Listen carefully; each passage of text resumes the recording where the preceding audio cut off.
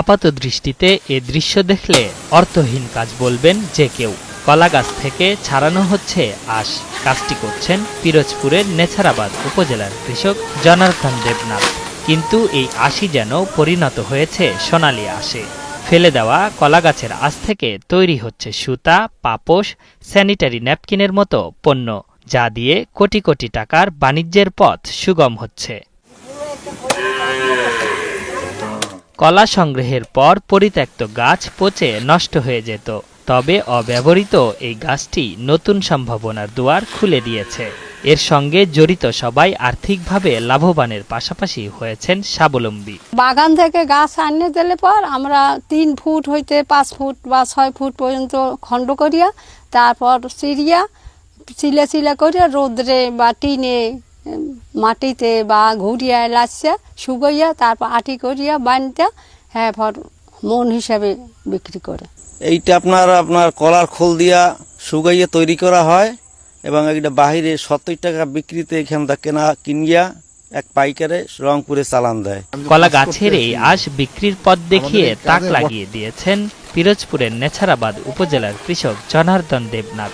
কলা গাছ থেকে সুতা উৎপাদনের বিষয়টি জানার পর নিজেই গড়ে তুলেছেন কলা গাছের সংগ্রহশালা। কলা সংগ্রহের পর প্রতিটি গাছ 3 থেকে 5 খণ্ড করা হয়। গাছের 2 মাথা কেটে সেখান থেকে খোলস আলাদা করে রোদে শুকাতে দেওয়া হয়। পরে এর রং অনেকটা সোনালী আঁশের মতো দেখায়।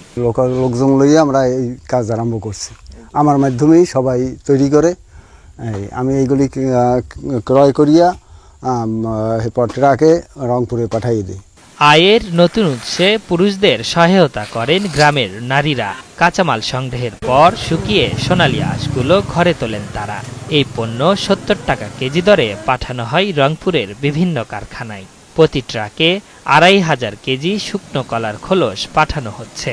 যখন কলাটা ভর্তি হয়ে যায় তখন গাছটা তো ফেলে দেয় চাষিরা। ফেলে দেওয়ার পর ওইটা সাধারণ মানুষ কাটকে 3 ফুট ছাউ দিয়া আপনার ওই খোলগুলা আপনার সালাই ফেলে আপনার মাঝখানটা সিরকে শুকাইয়া ওইগুলো আবার আমাদের এই জায়গায় এজেন্ট আছে, ওনার কাছে সবাই 70 টাকা করে বিক্রি করে। এই আশেপাশের যত মহিলারা আছে, বিশেষ করে মহিলারা, পুরুষ অনেক মানুষ এই কাজে নিযুক্ত। এই পেশায় জেলার অন্যান্য কৃষকদের উদ্বুদ্ধ করতে প্রশিক্ষণের পাশাপাশি নানা পরামর্শের কথা জানালেন এই কৃষি কর্মকর্তা। আমাদের কৃষক ভাইরা এতদিন দেখা যাচ্ছে যে কলা গাছ থেকে কলা সংগ্রহ করার পরে সেই গাছটি পরিত্যক্ত অবস্থায় মাঠে রেখে দিত। তো বর্তমান সময়ে আমাদের কিছু কৃষক ভাই এই পরিত্যক্ত কলা গাছ থেকেই নতুনভাবে আর কি কলা গাছ থেকে সুতা উৎপাদন করার জন্য তারা সেই কলা গাছটি সংগ্রহ করে। কৃষি বিভাগের পক্ষ থেকে আমরা আমাদের অন্যান্য যারা কৃষক ভাই আছে যারা বিশেষ করে কলা চাষের সাথে সম্পৃক্ত তাদেরকে এই বিষয়টা অবহিত করছি এবং যদি আমাদের পরবর্তীতে সুযোগ থাকে তাদেরকে প্রশিক্ষণের মাধ্যমে এটা আমরা তাদেরকে আরো ব্যাপক আকারে অবহিত করব।